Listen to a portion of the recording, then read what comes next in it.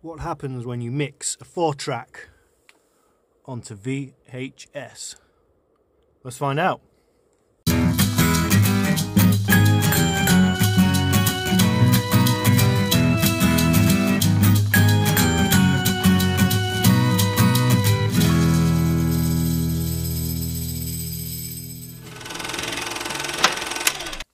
Hey guys, Andy Pickering here. So today's video is going to be taking the 4-track, taking a song that I'd already pre-recorded ages ago that's almost a finished production, and I'm going to mix it onto Hifi VHS recorder and see what we get. And then I'll do the same mix as well without going onto the VHS recorder, and we can compare the two. Now, the Hifi VHS recorder that I've got there, already had that, luckily, just to play videos on. Never even considered it using it for audio. And then I gave it a whirl, and I was like, I couldn't believe what I was putting in, what was coming out. It was like perfect sound, like no noise, like really good dynamic range. It basically is a drum inside that spins so fast that's got the heads on it. It records the stereo audio as well as mono audio at the same time, but it's the stereo audio that records in like a diagonal way on the tape. Look into the science of it if you are interested. I'm not very good at explaining these sort of technical things. But the way it records, the technology that it uses, means that it creates really high quality sound. But the beauty of it is that it is actually analog. I've read that it's the same as FM stereo, like radio, but it is analog. So the point of this video is showing you that you could have the cheapest VHS recorder, and I'm recording on, this is an old video from like 20 years ago. You would think that, and the picture on this video is rubbish, but using it to record audio onto, there's no dropouts. It's like perfect. It makes no sense whatsoever. I'm using my ears, and to me, it sounds exactly like what I put into it. Let's get into this track. Now, the track is called Going Nowhere, and it's off my Bonafide album. If I'm still here, going nowhere, but it's good. I picked this track because it's a finished production pretty much on the 4 tracks, and it's quite a simple little tune to mix. Fire up the VHS, let's see what we're going to get. So here is my Hifi VHS recorder. I'm going to say it's about 20 years old, you know, maybe late 90s, but I got this from a charity shop for £10, not for audio recording. I got this a long time ago now, 5 years maybe, and I got it literally for playing some old VHS that I wanted to watch again, and had no idea about its audio recording capabilities until much later. So there's not much to say about this really. You know, the pitfalls of recording with this one in particular is the fact that it does not have an input meter. So you're guessing at the level that you're sending into it. Now, of all the recording that I've done on this, I've never found that to really be a problem. I've never managed to get anything that has bad signal to noise ratio, and I've never been able to distort it either. But that all comes down to the meter on your 4-track or whatever the source that you're recording from, that you're just going to be wanting to, just be recording into. About 0 dB, you know, is as good as you sort of, you know, can hope for in terms of guessing that you're getting about the right level. Now, that's not ideal. There is models like this that have the input meters. I didn't buy this for audio, so I'm just using what I've got, and so far it's been great. So now let's take a look at the 4-track and what we're going to be recording. Okay, so let's have a look at what we are working with. I've got the 4-track dragged out now into the middle of the room so that I can hear it coming out the speakers. Okay, so in order to hook the 4-track up to the VHS recorder, we're just going straight out of the line out stereo, and then I need to use one of these, which is a SCART to auxiliary converter. So this is going to go into the back of the VHS, We select the input there to in, and we just put our left and right phono into this, and that is going to take the incoming audio straight into the VHS recorder. And the VHS player is connected to the monitors. So let's have a look what we've got on the tape.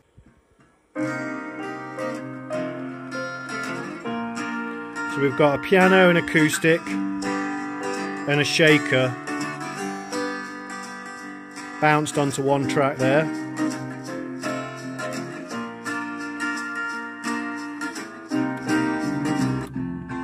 And we've got an acoustic and a bass just there. On these two tracks are the music, and that's it. And I can tell you that's a real piano bass that I've muted the strings. And then vocals. And I can't rely on anyone, I'll still be here. Oh, harmony vocals on these two tracks here. And I've got an effects loop. I don't need an answer 'cause it's off the cuff. Going into my It don't matter. effects rack there. And that is my classic spring reverb, EQ'd with the bottom end taken out and the middle to top boosted, and then it's compressed. And that is on the effects loop there.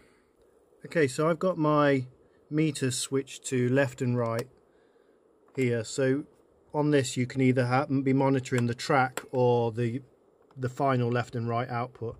So I'm sending into the VHS recorder, you know, a good signal. I know that I'm sending a good signal. This is calibrated properly. Now if I was going to suggest someone bought a VHS recorder that wanted to do this, I would say get one where you can monitor the meters on the input of that. But I can't do that, and I'm still getting really good results.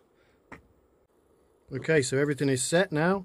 The audio you're going to hear coming out of this mix live is going to be the audio from the VHS. And of course later in the video I will then put in a non-VHS recording of the same mix. And you're going to be able to hear the difference, or not hear the difference. What's great about this, I can set this off just by going record. You just hit record on the remote, don't even need to get up. That's a luxury, I tell you. Right, let's get on with this.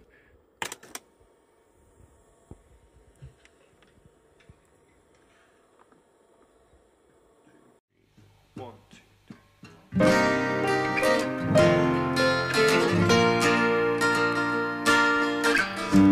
Only time will tell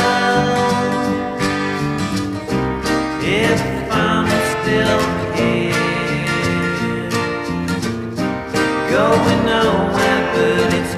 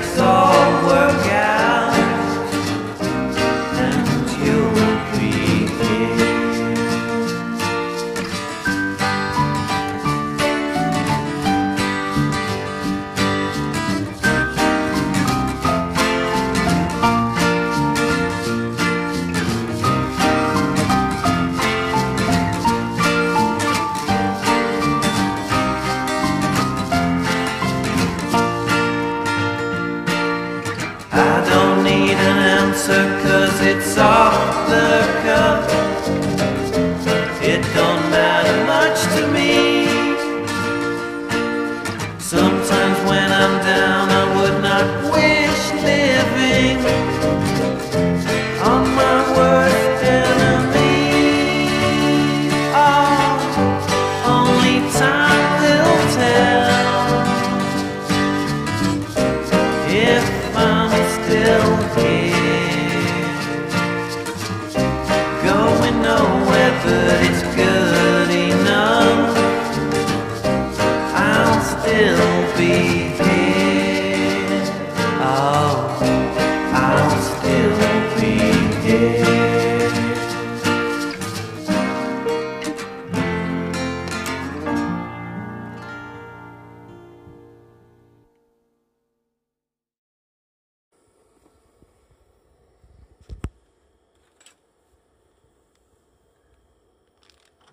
Oh, the novelty of a remote control in the studio. At this point in time, you're not going to know the difference, but I can tell you that all the tape noise and any little dropouts and any little things that you were hearing in that, if you did hear any of those, are all already on the 4-track. Okay, the next part of the experiment is recording it onto the computer. So I've got the VHS recorder hooked into my interface here, and I'm going to record it onto the computer, and then after I've done that I'm going to then do an independent mix with all the same settings. Okay, so I've got both mixes in now. There's the first one from the VHS and the one straight into the computer.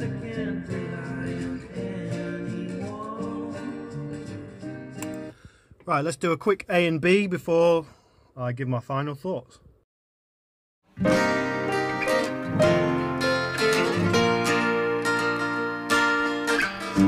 Only time will tell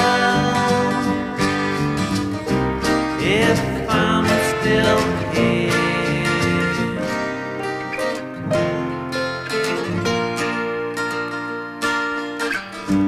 Only time will tell if I'm still here. And I can't rely on anyone. I'll still be here. Oh, I'll still, and I can't rely on anyone. I'll still be here. Oh, I'll still be here.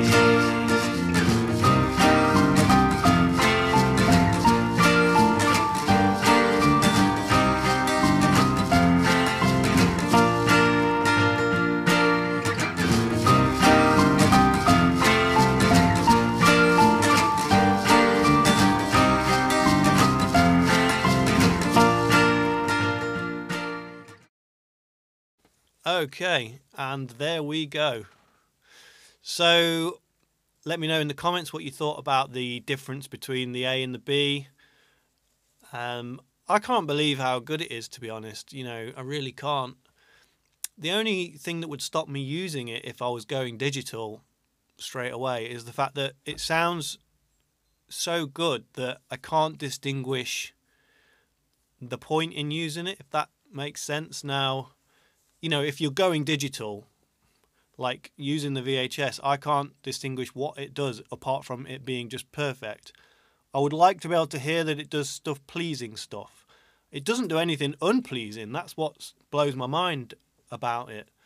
You see, now the Revox has a sound. The Revox has limitations, and it adds tape noise, and, you know, and it rolls off at 10,000 hertz. But the Revox has a sound to it. It has a pleasing lo-fi kind of old school tape sound, which is an aesthetic that I like on my mixes, so that's why I would use that. And the VHS just sounds like a perfect copy.